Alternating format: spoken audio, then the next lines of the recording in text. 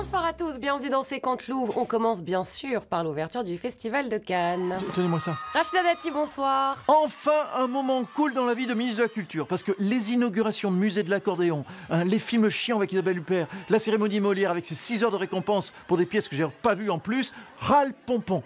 Là je vais enfin être dans mon élément. Dior, Chanel, L'Oréal et les parures de diamants à 2 boules. En plus, vous êtes gâtés, la tribune nous disait que vous allez décorer Kevin Costner et être invité chez Laurent Delahousse avec Richard Gere et Uma Thurman. Vous imaginez, je ne remercierai jamais assez Macron. D'un côté, il y aura moi sur le tapis rouge en robe de soirée à côté de Richard Gere en mode Pretty Woman, et de l'autre, Hidalgo en combinaison de plongée, qui va se baigner avec les rats dans la Seine.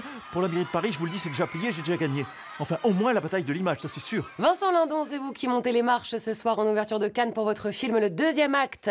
Ça va être tendu Cannes cette année. Non, du moment qu'on parle pas de MeToo, puis du salaire des femmes, d'Israël, de Gaza, de l'Ukraine aussi, puis de ces putains de plateformes qui exploitent tout le monde, bah du coup ça va être une belle fête. Vous voyez, ça va être un bon acteur, faire croire que ça va être une belle fête alors que, je vous le dis, ça va être tout pourri. Et vive le cinéma quand même. On passe maintenant à Marine Le Pen qui a posé ses conditions pour un débat contre Emmanuel Macron. Marine Le Pen, bonsoir. Vous êtes toujours partante, mais en septembre, après les européennes, ça n'a pas trop de sens. Non mais écoutez, Jordan est à 31%, ça n'a pas trop de sens non plus. Alors surtout, ne touchons à rien, voilà. Mais pourquoi septembre du coup? Je sais pas, comme ça...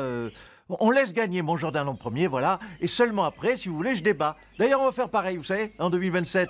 Le débat d'entre-deux tours aura lieu après le deuxième tour. Comme ça, c'est plus prudent. Dites donc, c'est un petit constat d'échec, ça. Vous reconnaissez que c'est votre point faible. Oh, écoutez, madame, vous avez déjà joué à la pétanque. Ça vous est déjà arrivé de tenir le 13e point, et il vous reste juste une dernière boule.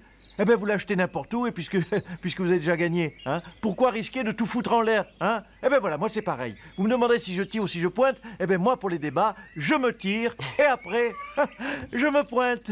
Et c'est Macron qui aura les boules. On parle maintenant du salon de Choose France à Versailles et l'américain Microsoft qui va investir 4 milliards d'euros en France. Tout de suite, l'avis de Donald Trump, regardez.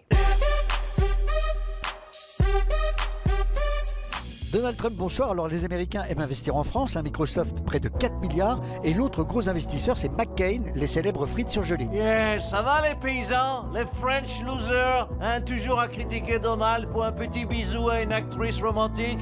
Ah, mais quand faut prendre nos sous à nous, vous nous aimez bien nous les Américains, nos frites surgelées. Ouais, bonjour les arguments. En tout cas, pendant la guerre, c'est nous qu'on a sauvé vos fesses contre les chleux avec le débarquement. Maintenant là, on sauve votre économie. On vous sauve en permanence, en fait. On est vraiment vos Captain America. Non mais la France aime beaucoup les Américains, voilà. La preuve, la chanteuse Taylor Swift a fait un carton chez nous ce week-end. Ouais, l'autre connasse, là, qui soutient Biden, bah... Toujours poète. Vous avez vu que des fans américains ont préféré prendre leur billet d'avion et leur billet de spectacle pour Taylor Swift à Paris parce que ça leur coûtait moins cher que d'assister au concert à Los Angeles? Et voilà, on vient chez vous parce que c'est moins cher. Vous êtes comme un petit État africain du tiers-monde. Oh, la honte. Eh ben, faut vite qu'elle appelle à voter Biden, Taylor Swift. Pour continuer de parler du salon de Choose France, le président est notre invité ce soir.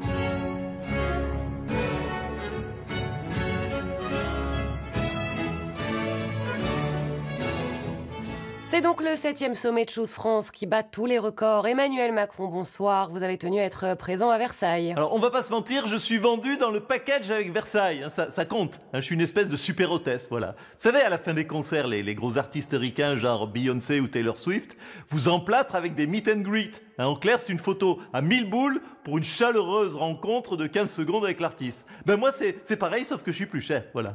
Oui, on parle de 15 milliards d'investissements. Oui, je vous ai dit que j'étais plus cher. C'est 15 milliards la photo avec moi. Ah, je l'ai bien niqué, la Taylor Swift, là. En résumé, la 7e édition de Choose France est un succès. Ah ben tout à fait, je crois qu'on peut le dire. À part le nom, Choose France, on aurait pu dire Choisis la France. C'est vrai que ça claque moins. Et en même temps, le pauvre Bernard Pivot n'est plus là pour nous engueuler, donc ça va. Tiens, un mot des européennes, on a évoqué l'idée d'un débat avec Marine Le Pen, elle a dit oui, mais en septembre. Ah ben, elle est quand même formidable. J'en ai croisé des feignasses, j'ai bossé avec des gars du Parti Socialiste, je connais bien la fonction publique, mais alors là, elle bat tous les records. Pour une élection en juin, elle dit oui au débat en septembre. Heureusement qu'elle n'est pas restauratrice, elle vous amènerait l'addition carrément avant la commande. Jordan Bardella, un commentaire. Merci. Je vous en prie. Choose France, le président est au salon donc de la chaussure, mais quelle honte franchement. Mais non, c'est choose, comme choisir la France en anglais. Ah bon? Écoutez, il n'y a pas besoin d'un salon pour ça. Il y a des millions de musulmans qui choosent la France chaque année, vous le savez. Il est fort en punchline. Bon bah, Rachida Dati, changez-nous les idées. Vous allez voir quoi à Cannes? Je vous l'ai dit, Chanel, Dior, Kevin Costner, voilà. Non mais il faut voir des films aussi. Ah bon? Oh non, les films de Cannes, il n'y a rien de plus chiant. C'est fou ça, je peux jamais kiffer tranquille. C'est vraiment son truc la culture. Allez, salut à tous.